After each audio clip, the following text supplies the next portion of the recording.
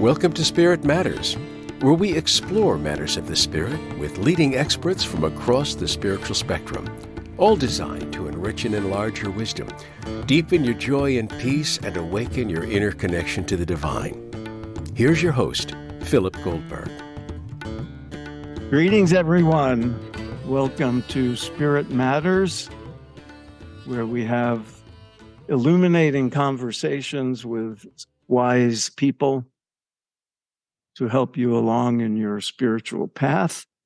And before I forget, I want to remind you that this is the second version of Spirit Matters. The first, which I co-hosted with Dennis Ramundi for many years.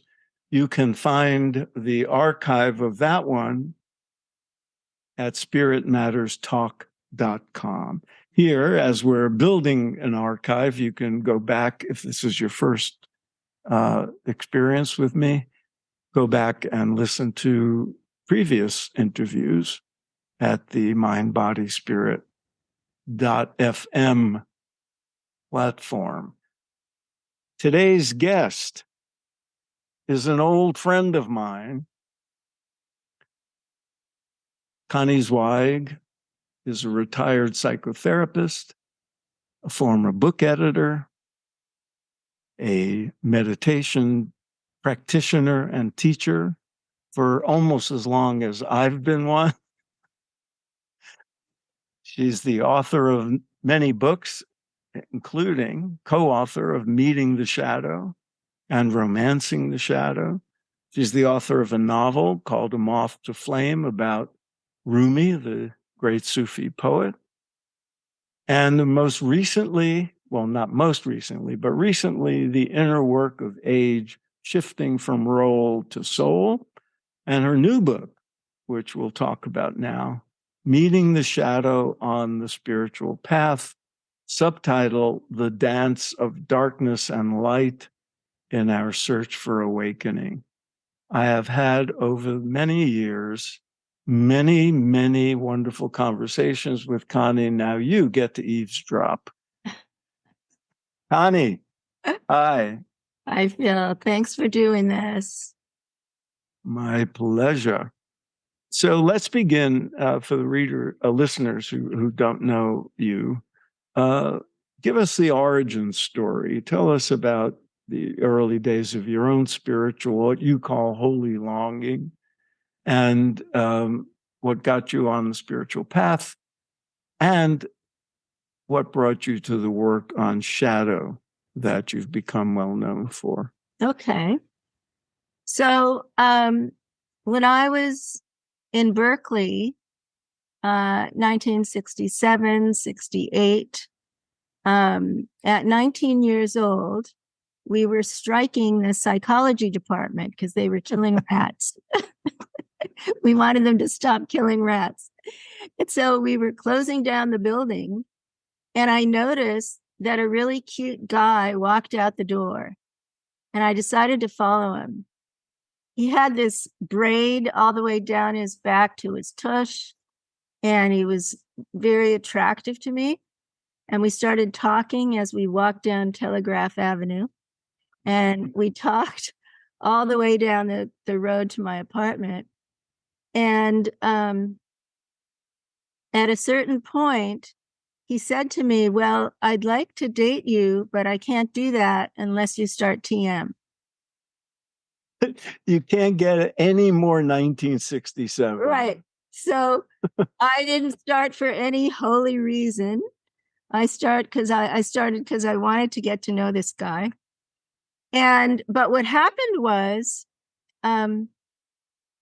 after my initiation into transcendental meditation, I noticed that I was able to quiet my mind, and a lot of the anger that I was carrying began to dissipate.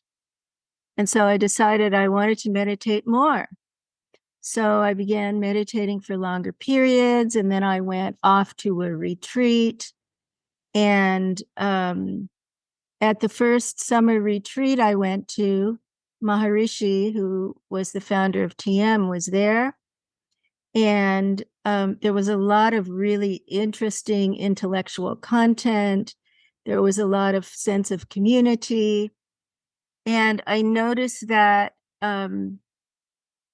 he, I now see this as a projection, but at that time, he looked to me like the ideal human.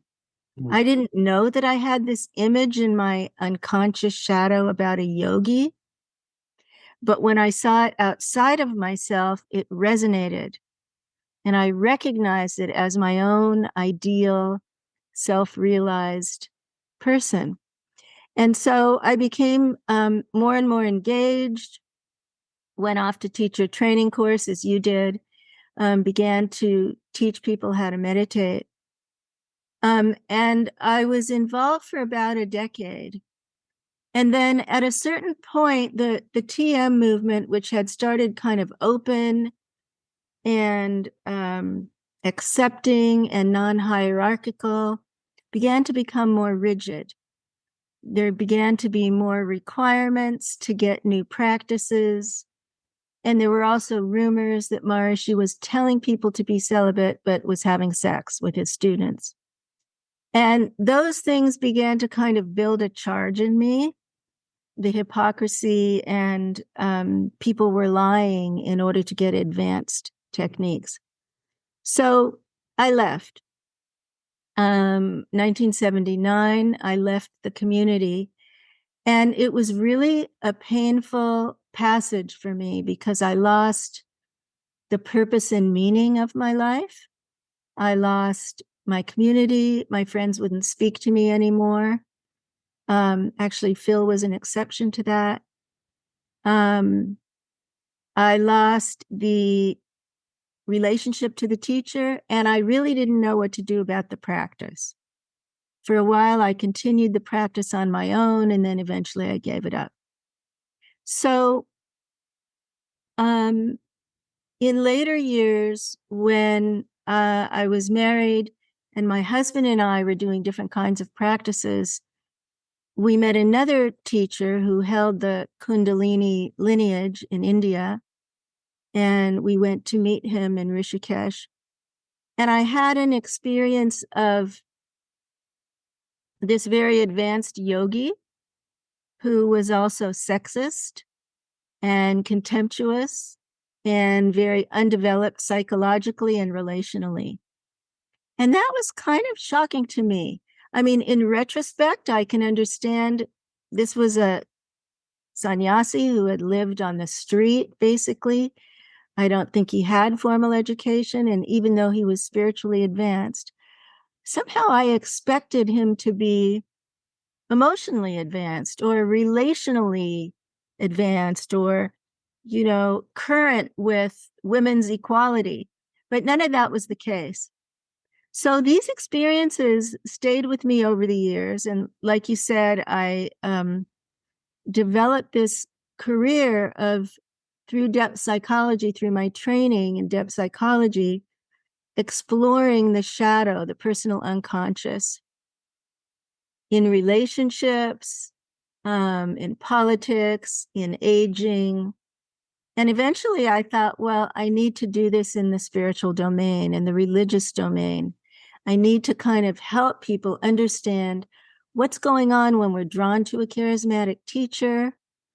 What are we projecting or unconsciously attributing, giving away to that person, and therefore disowning in ourselves? At what point are we giving up our own critical thinking and our own agency, our own capacity for doubt? And so I wanted to kind of look at these issues for people who have been either overtly abused by a clergy person or a teacher, whether it's a Roshi or a rabbi or a Swami or a guru or a sheikh. So if you've been overtly abused or just covertly, like me, more subtle, indirect experience of hypocrisy or shaming or coercion. And I wanted to see what depth psychology could offer people as guidance in this situation. Good. So that brings us to the current book, I remember a few years ago you saying you're never going to write another book, and thinking about our conversation today, I thought, Connie, it was like one of those cops in murder mysteries where they're pulled out of retirement for one more case. And you've written 2 books since you told me you weren't going to write any more. So this must have deep personal meaning to you. And before we get into the current book and shadow element of spiritual life, for people who are not familiar with the term, tell us what shadow means, and tell us what it doesn't mean, because I think there's some misconceptions about the use of it. That's right, there are. So Carl Jung, 100 years ago, in the beginning of the field of psychology, kind of coined this term, shadow, to refer to the personal unconscious, which is the part of us that's outside of the light, in the shadow. It's beneath the boundaries of awareness. So we don't know what's in the shadow consciously. We develop a conscious personality. It has traits that are acceptable to adults in our world of childhood so that we can gain love and approval from those adults. And the traits or feelings or behaviors that are not acceptable, that are forbidden or unwelcome, get stuffed. In psychology, we call it, they get repressed into that part of us that carries all that material. You know, in Jung's time, we didn't know that the mind and body were functionally identical. But now we know that the shadow is all throughout the body. It's not in some corner of the mind somewhere. So it's just, there's shadow material distributed in the physical body and in the subtle body that we carry with us about. And one of the popular misconceptions is that it's all bad. Right. So it's negative in relation to the ego because it's not acceptable to the ego. But anything at all can be stuffed into the shadow. So if you're little and you're young, rather, and you're artistic by temperament, and you want to draw or paint, and your dad says, that's a waste of time. You got to get serious and go to school and figure out how you're going to earn money, then that aptitude or talent or even dream gets stuffed into the shadow. Or if you're naturally athletic and that's dismissed, it's going to get stuffed into the shadow. So anything at all can be banished. Anything at all can be taboo. And there are different family shadows, and there are different community shadows. And so if you're part of a church community, there are certain things that are looked at with shame and criticism. And so you would repress those traits or feelings into the shadow, say sexuality or your connection to your bodily sensations. But in other communities, that's not unacceptable. In other communities, that's a natural part of life and of growing up. And so you might not repress those urges. But you might repress something else. You definitely would. Right. You might repress your anger or your sadness. My father, when I was little, my father used to feel that if I was sad, he was a failure. Mm-hmm. So I learned how not to show sorrow or grief or cry tears because he would feel like he wasn't enough. So it can be very individual. There are some patterns in cultures and ethnic groups and religious communities. There are patterns. But we develop a persona in order to feel safe and loved and accepted, and everything else gets stuffed away. Robert Bly, the great poet, used to say, we stuff everything into the bag for the first half of our life, and in the second half, we spend it trying to get everything out of the bag. So bringing now shadow, of course, applies to all different aspects of our life. And in your first couple of books on the subject, you addressed all those different psychological dimensions and so forth. Now we're talking about shadow and the spiritual path. It strikes me that there's two, at least, maybe more elements to be discussed here. One is each individual seeker, devotee, student, they have a shadow. The teacher has a shadow. And maybe there's a third element of a sort of The community. community shadow or traditional shadow. Right. So tell us what, let's get started. Tell us what we should be thinking about here. Well, typically, if we go back to my story, I was young and I was giving away certain elements to the teacher that I couldn't see in myself. So it was a positive projection. Some people call this a golden shadow. I don't really use that term. So I was giving away, power, compassion, carrying the light, carrying the essence, carrying the self-knowledge to this other person. And so as a result, I felt more childlike, more naive, more dependent on his wisdom, more in the student position, even into my, I was like 30 when I left. And so that unconscious dynamic of projecting those qualities onto him held me in that position for a long time. And at a certain point, the tension between my position, my role in the community and in that relationship was in conflict with my own growing doubt and need to individuate, need to separate from the community, need to think for myself, need to find my own path. And so that tension, which often happens for many people, can lead to a separation. It's happening, as you and I both know, with people leaving traditional Christianity now, because they're questioning the precepts that they've been given growing up, that maybe they've been educated with, and there's a tension inside them because they're wanting more to think for themselves, or be able to question, or be able to create their own lifestyle.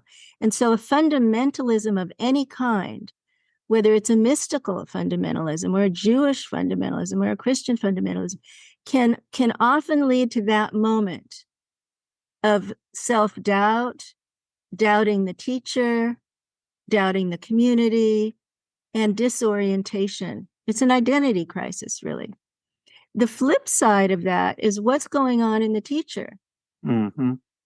So in the teacher who is carrying these idealized projections by hundreds or millions of people, let's say in India, Sai Baba, let's say millions of people, what is that like to carry all that projection of goodness, of perfection, of enlightenment or awakening? What is that like? It creates an internal pressure on the teacher. First of all, to be able to maintain the dynamic so that adoration and devotion continues. So rather than hand back the projection, which as therapists we're trained to do, most of them want to maintain the projection in order to maintain their power, their entitlement, their grandiose self-image, right?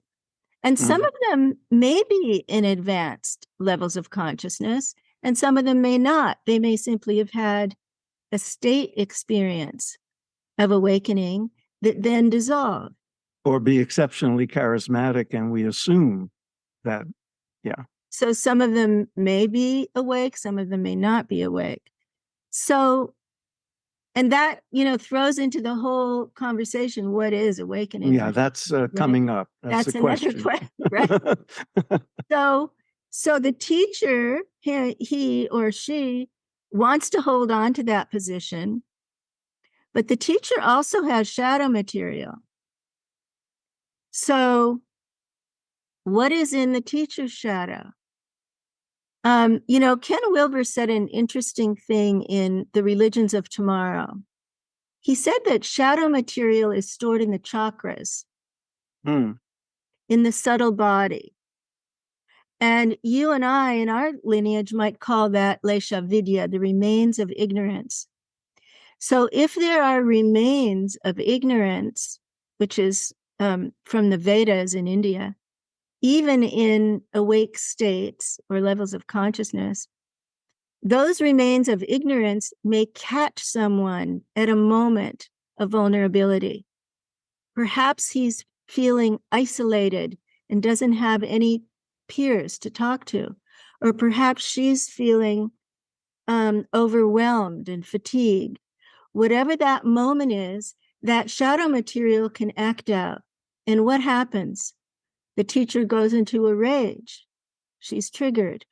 Or she criticizes and shames someone. Or he becomes physically abusive to keep that person, that student, in his place. Or he sexually assaults a female student.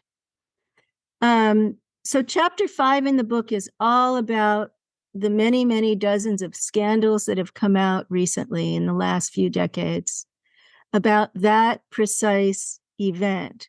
When the teacher's shadow acts out, what is going on in those circumstances? What are the systemic conditions that are supporting the teacher, propping up the teacher with impunity so that there are no consequences to acting out the shadow? And what is going on in the obedient student, the disciple, the acolyte, that becomes tolerated, that either becomes denied or tolerated or even accepted and spiritually rationalized. Right. Oh, that, sex with the student is going to raise her kundalini, or kicking the student is going to reduce his ego. And so there's all this spiritual rationalization for what we would look at as abusive behavior if it were in any other context. And if it were in a secular context and we didn't think that person was enlightened, we would look at it as abuse.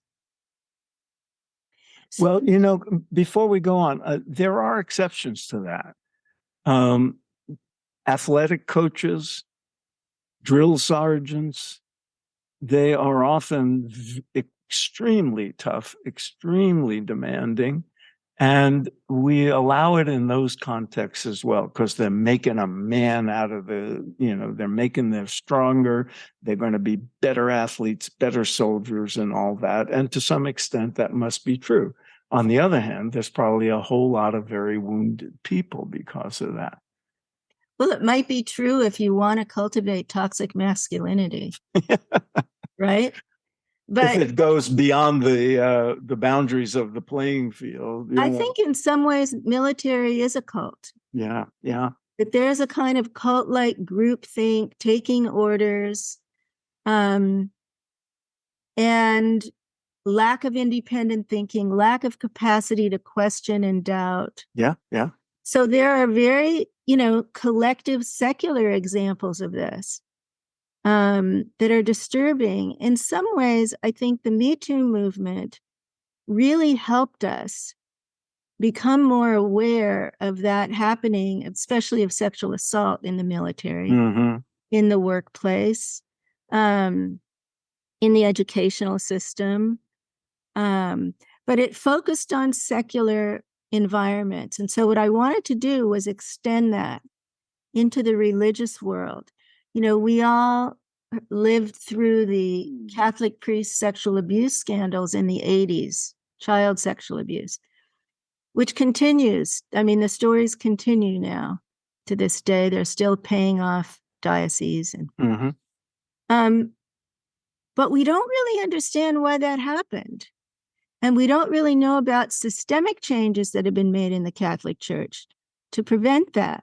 So I wanted to look at those questions in spiritual communities and see if there were any models for how we might change the system. And I found a few.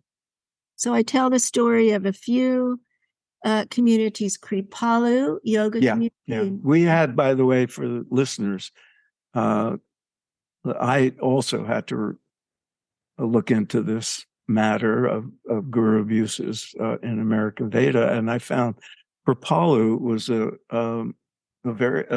good role model for how things were handled. And if one of my early interviews on this podcast, if you want to hear it, is with this current CEO of Kripalu and Stephen Cope, the psychologist who was present at the time of their scandal. And so I commend you to listen to that as well. But go on, Con. So there are other examples. The LA Zen Center also had a sex scandal with the Roshi, and everything exploded. And a female Roshi came in and she redesigned everything. She took down the hierarchies. She taught them how to look at their shadows. She changed the meditation from facing the wall to facing each other. She redesigned the masculine feminine dynamics. So there's some hopeful examples. However, they're few and far between compared to this epidemic that we're seeing now, in which individual teachers are really isolating their communities. They're taking them further and further out of mainstream culture, physically isolating them, and really doing terrible power, sex, and money abuses. So that's some of what I look at in terms of the dynamics. I also, there's another idea from Ken Wilber that has been really meaningful to me, which is that we don't develop globally, unilaterally. Mm-hmm. We develop along distinct lines of development. And so the teacher in India, the Kundalini master I went to see, was highly spiritually developed, but he didn't have emotional development or moral development. And so I urge people to look at their teachers and see, can you see moral development? Ethical rules and agreements being followed? Can you see emotional development? And is there something you can do to bring that to your community, to introduce that if you're not ready to leave, if you're not in that dilemma of should I stay, should I leave, but you're settled there for some reason, it's working for you.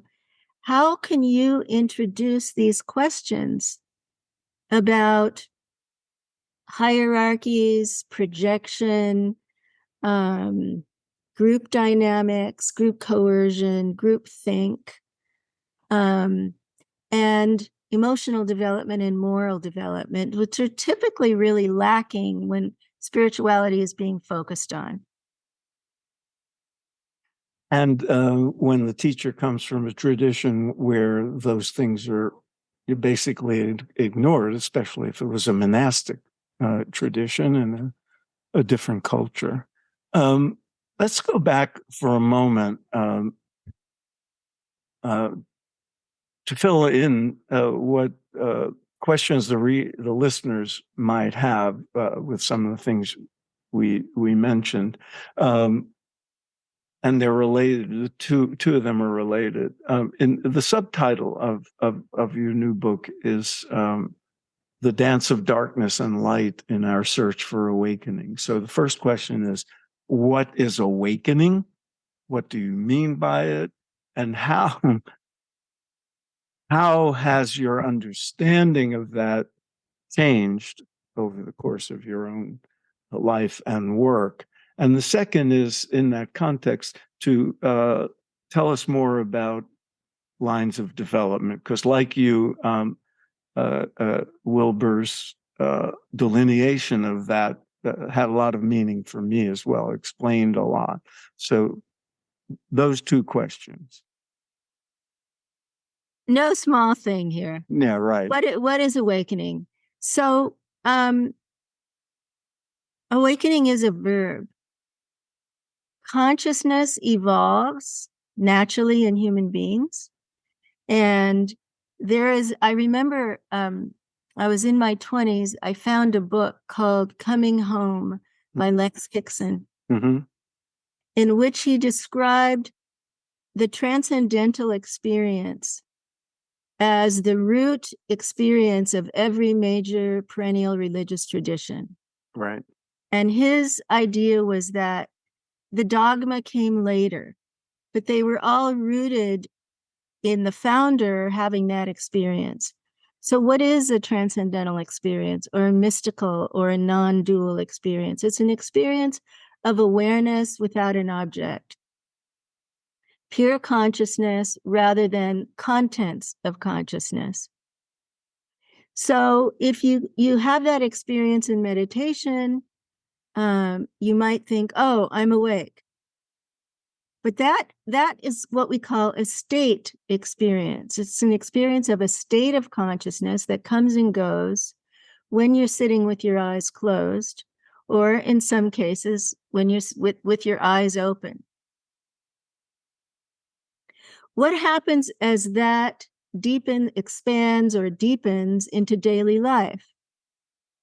So, for example, one person I know really doesn't have any thoughts.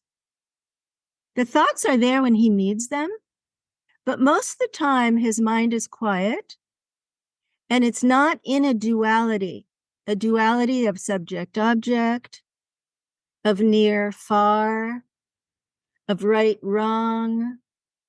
His mind has moved beyond those dualities, or his consciousness has moved beyond those dualities. And it's pretty unchanging for him. And so it's not really a temporary state that he has in meditation. It's a level or a stage of awareness that his consciousness has attained. So awakening can be Connie, before you go on, just to clarify, the person you're referring to, he's walking. Yes.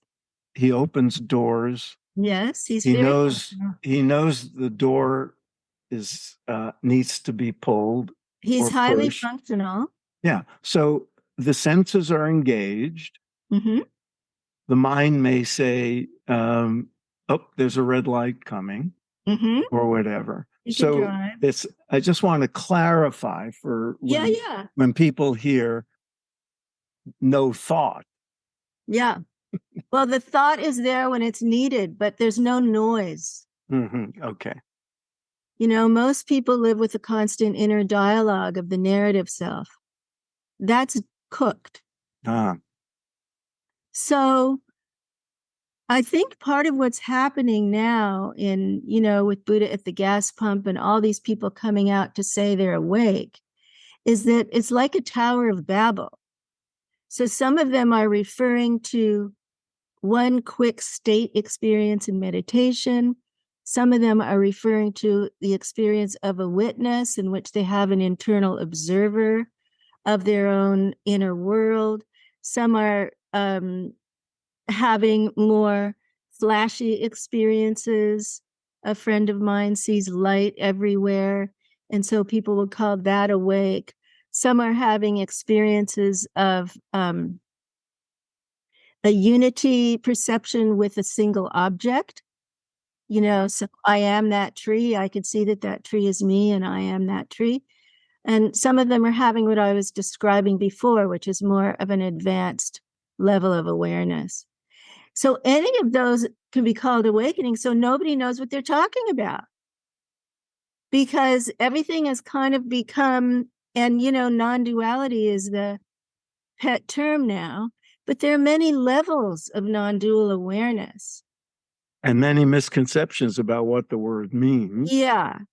Well, it means not to, but it can mean not to in the context of all those stages that I just described. So, so it's very tricky to try to respond to that, Phil. Good, because it's tricky for people listening to get their hands that he Yeah. hands around the term, and the related terms like realization and enlightenment. Right. And when you and I, were starting out in our 20s, I think we got this picture that it was like an end point. Yes. We get there and it's done, and then we do something else. Yeah. It's not like that. Consciousness is ever evolving. It's ever changing. There's an aspect of it that's not changing, but there's an aspect of it that in the human nervous system continues to evolve. And so, what I was trying to do in this book is address these questions. If somebody has attained a high level of awareness, how could they be cruel? Mm-hmm. How could they be harmful? How could they lie or cheat? How could they sexually assault someone? That's really was what I was trying to understand. And many people have been trying to understand that for decades, ever since these incidents came to the surface back in the 70s. And one of the reasons is the assumptions we had, and you alluded to the assumptions we had, that there's these higher states of consciousness, these realized states, awakened states, meant that all other areas of life were fully developed simultaneously. And we were led to believe that. And then it sets up a sort of cognitive dissonance. If so-and-so is enlightened and they're doing these things, either he's not enlightened or our understanding of awakening needs to be questioned. That's right. So which of those, or both. Right. Or neither. Or neither. I mean, yeah, right. It's very individual.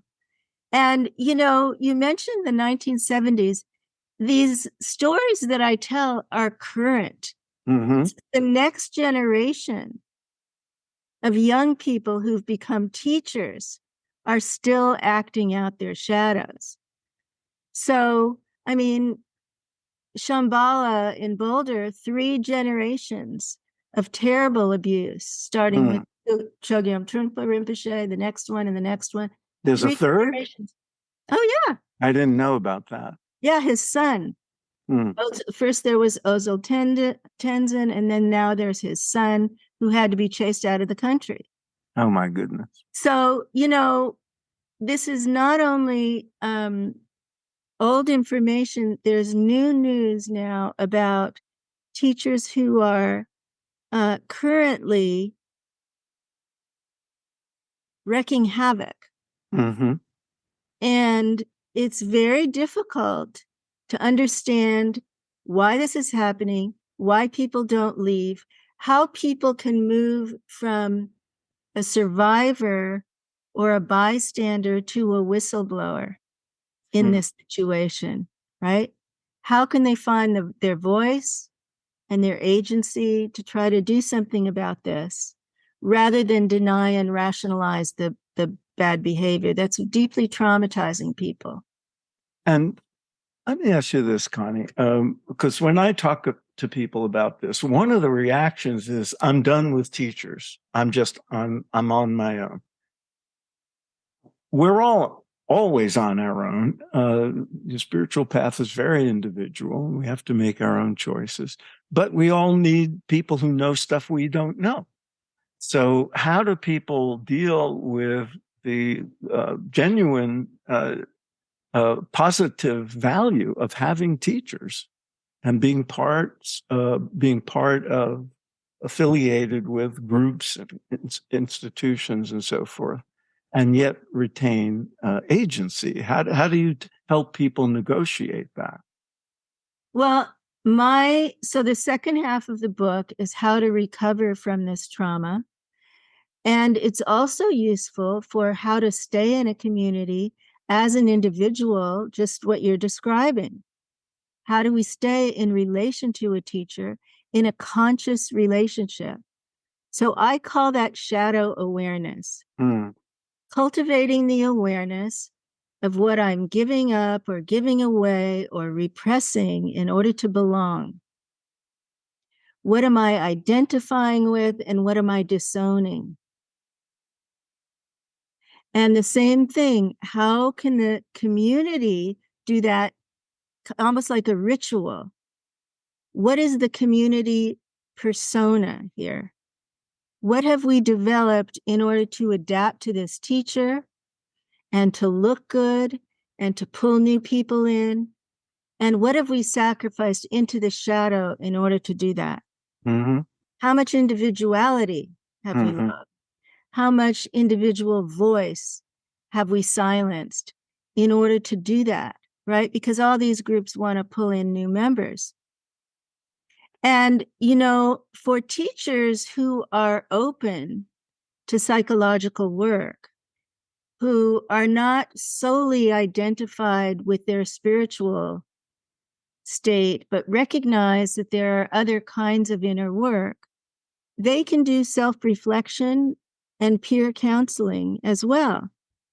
Because I think many teachers act out because they're isolated. Mm-hmm. And so they need something like Association for Spiritual Integrity that you've developed. They need people they can share their fears with or their risks. So what am I at risk for as a teacher? There was a teacher in Tibetan Buddhism named Kalu Rinpoche who became renowned. I was in his presence once. He was like totally empty. It was really an amazing experience. And when he died, there was a young boy named Kalu Rinpoche, who they believed was his reincarnation. And that second Kalu Rinpoche came to the West recently. I think he's about 30 now. And he said, all of the boys in the monasteries are being molested. Oh, my. And I'm going to stop this now. And I'm going to make apologies to women in the Tibetan Buddhist world for the abuses. And he's trying to take a stand on what's happening. How do people develop that kind of courage Mm-hmm. and resilience? Not to say it's all bad and I'm leaving, Right. but to say there's great beauty here. And how do we correct the wrongs? And so how do we hold those opposites? Right? Because it's most religion teaches good versus evil, and you have to choose the good and the evil just goes away, right? This is about holding the shadow and holding the light and not repressing one and not repressing the other one. In spiritual communities, when people, the typical thing is you might have some doubt about a teaching, a precept, or a form of behavior, or a policy, an institutional or administrative defect that you spot, some dysfunction. There's tremendous pressure to just shut up because you're in the community, in part at least, because of the sense of family and the sense of belonging. And you don't want to be ostracized. And that's often what happens with people. You express doubt and you're immediately considered spiritually deficient for even entertaining it. So how do people who want to be and see value in a community maintain some independent thinking and yet have the courage to speak out instead of just holding it all in and exploding one day? Well, I think one of the underlying patterns in this dynamic is if you grew up in an abusive or alcoholic family, all of these patterns were there. You kept secrets, you pretended, maybe even you lied, You developed the same defenses of denial and protecting your father/teacher. And so if that's the case, if that's your childhood background, see if you can ask yourself whether any of that is being repeated now in your community. Again, Christian, Jewish, Hindu, Sufi, Buddhist, I don't care. Is your early family pattern that was in some way dysfunctional being repeated today? If that's the case, ask yourself, do I feel more free? Do I feel more obedient and subservient? Do I feel more authentic? Do I feel like I'm hiding the way I did with my family? And begin this kind of self-reflection and, what I call inner work. So there's guidance in the book for how to do that, how to begin that process, how to take back the projections, and how to reclaim what you've lost and still stay in the community. But it's very hard for people, and it can be a painful process because, the second chakra is about tribalism. So if you belong to a tribe, your kind of root need is belonging. And to risk giving up belonging in a community of any denomination is very scary for people. And it's very scary, as you said, to be pushed out, to be exiled or excommunicated, and to be threatened with, you're going to have bad karma for lifetimes, or your family's going to go to hell. Right. And those threats are used to coerce people to stay involved. So it's complicated, and it's not black and white. I'll give you another example of that. There was a group of Tibetan Buddhist teachers and survivors of abuse who went to the Dalai Lama with a document called Me Too Guru about the abuses that were going on in his lineage's monasteries. And he dismissed it. And they said, why are you dismissing? And he said, well, I know all this. I've known it for decades. Oh, my. So what do we do with that information? We can't devalue the contribution that the Dalai Lama has brought to Tibet and the Tibetan people, and the teachings of compassion that he's brought to the whole world. And at the same time, we have to recognize he has a blind spot. Because if he had brought that to light, he could have risked the collapse That's right. of the empire in the West. It might have crumbled, and he chose not to do that. So in all of these cases, people get invested in their self-interest. It doesn't mean they're all bad. I mean, all of these communities are not cults. This book is not a cult book in the sense of get out and go back to a conventional life. That's not what I'm saying. Right? I'm saying that there can be great value in this teacher's transmission. Look at Muktananda. Yep. I could name so many people. Sure. Rajneesh, Osho. These are brilliant people. Adi Da. They were all abusive. So how do we hold the shadow and the light? And I would add, what you said is exactly what I found. That there were certain teachers who were known to have committed egregious acts. And yet, when I interviewed their followers,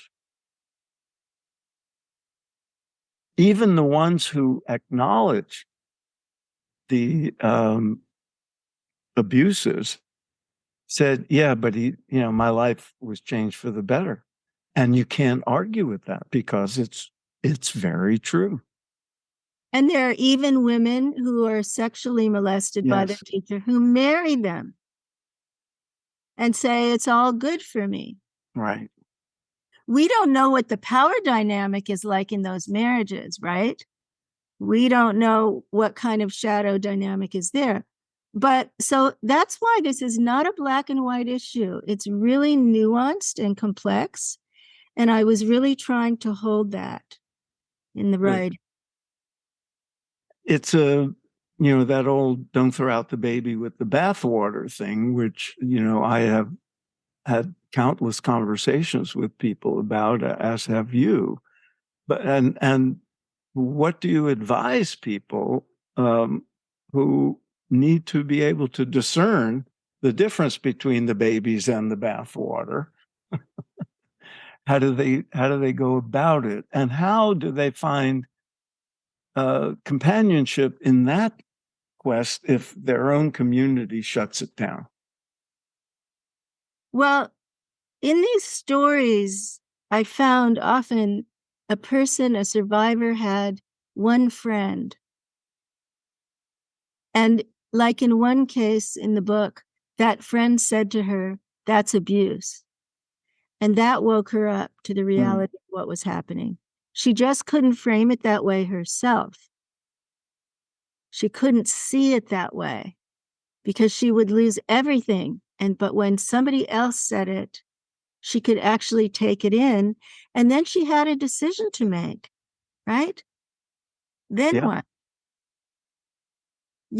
So for me, I had to leave the TM movement in order to individuate.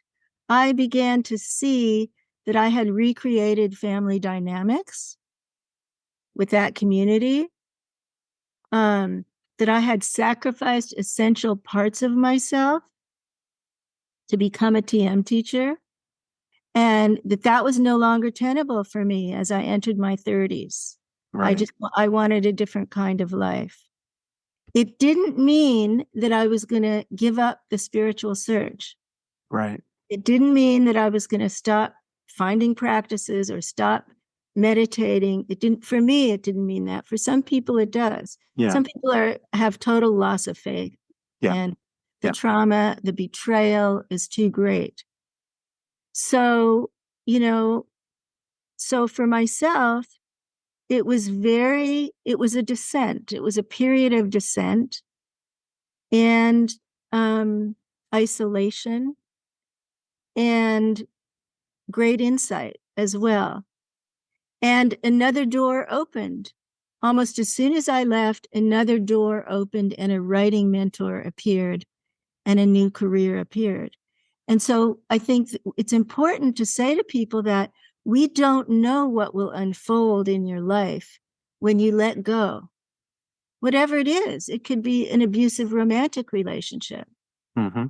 And when you let go, it feels like, you're falling into the void, but something else will show up. So we don't know what's next. And that kind of comes down to trusting life, doesn't it? Trusting the Dharma, the Tao, whatever we call it, trusting that something else will carry you.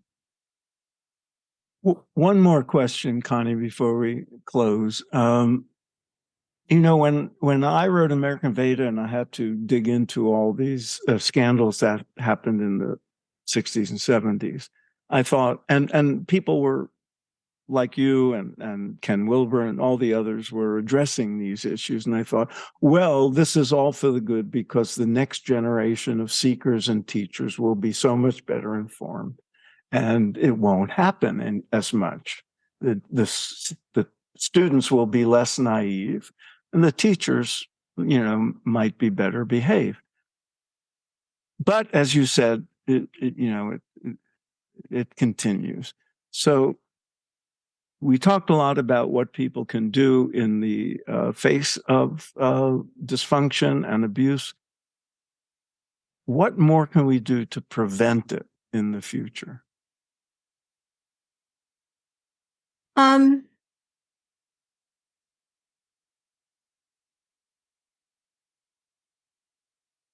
I've been getting a lot of emails from people about this book who have been really suffering with some kind of religious trauma or betrayal or spiritual disillusionment.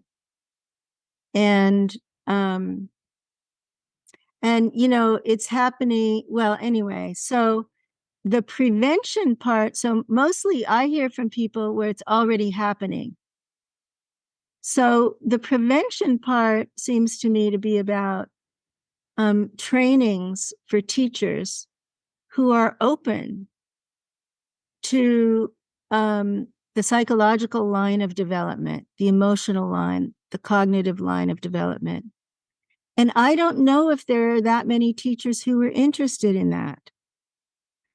If they come from Asia and they're told from birth that they're special and they, are entitled to, open monasteries and build an empire and sit on a throne, I'm not sure they're interested in developing these other lines.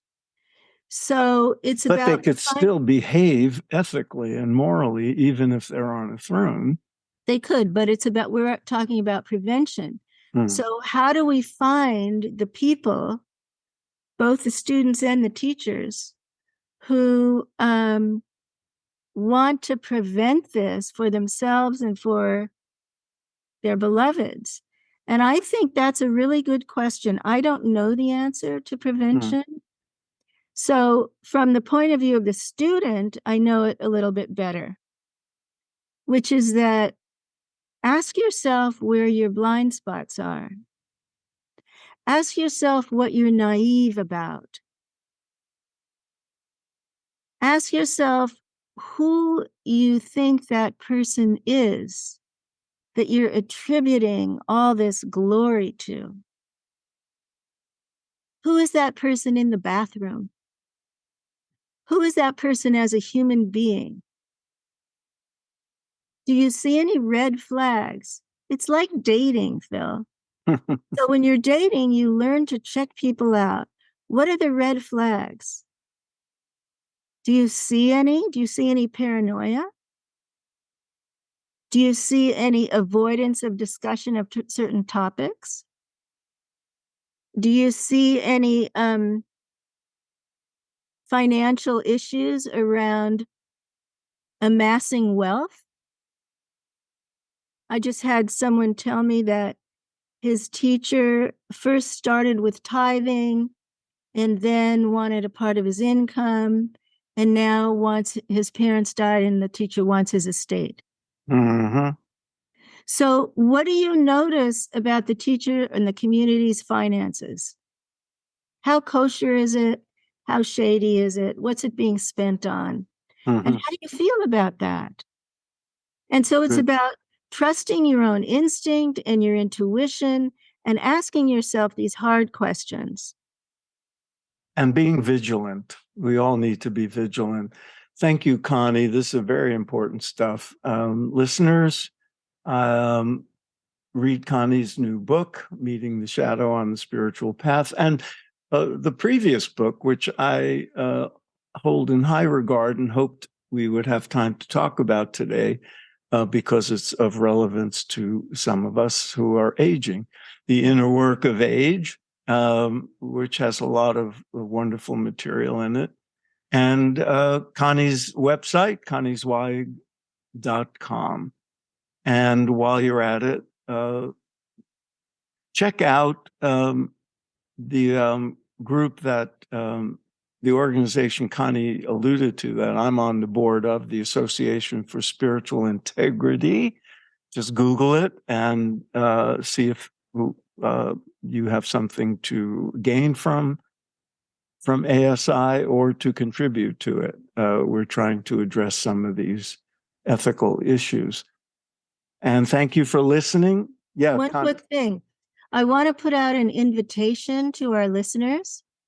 I'm organizing support groups for people who want to do spiritual shadow work. And it's a book study group. You read the book and you do the practices together. And if you're interested in that, you can email me, conniezweig@gmail.com. Put spiritual shadow work in the subject line so I catch it. and give me your time zone, and I'll connect you with other people in your time zone. They're free, they're leaderless, and they're online. Thanks. Wonderful. Good. Thank you for that, Connie. So do that, conniezweig@gmail.com. Thank you for listening. Subscribe to the podcast. Tell your friends about it. Email me with suggestions. Always open to hearing about new people I should interview. Check out my courses and books and so forth, and subscribe to my mailing list. No more commercials. Thanks for being with us, Connie. Thanks everybody Phil. out there. And we'll see you next time.